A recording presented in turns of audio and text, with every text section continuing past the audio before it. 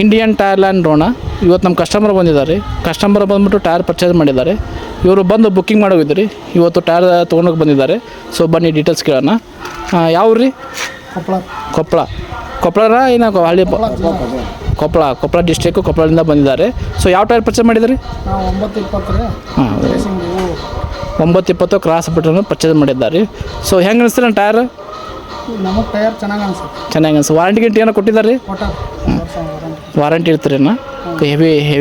Heavy duty tyre purchase ಮಾಡಿದೆ. 16 play 920 cross button.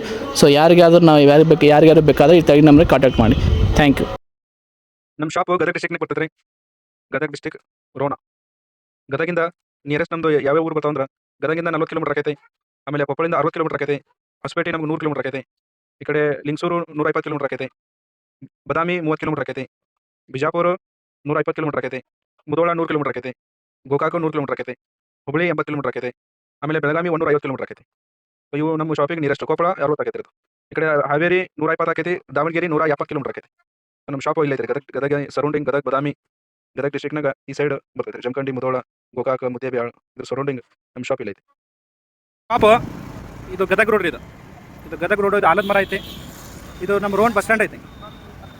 Ron bus ನಿಲ್ದಾಣ ಇದು ಬಸ್ ಸ್ಟ್ಯಾಂಡ್ ಐತಿ. ಇದು ಗದಗ ರೋಡ್. ಗದಗ ರೋಡ್ ಸ್ವಲ್ಪ ಮುಂದೆ ನಮ್ದು ಅಂಗಡಿ ಐತಿ. ಸ್ವಲ್ಪ ನೀವು ಬಂದ್ರಂದ್ರೆ ಇಲ್ಲ ರೈಟ್ ಸೈಡಿಗೆ ಅಂಗಡಿ ಕಾಣ್ತೈತಿ. ಇದು ರೈಟ್ ಸೈಡಿಗೆ ನಮ್ಮ ಶಾಪ್ ಐತಿ. ಇದು ನಮ್ಮ ಅಂಗಡಿ Indian tyre land Ron bus stand ಮುಂದೆ ಐತಿ.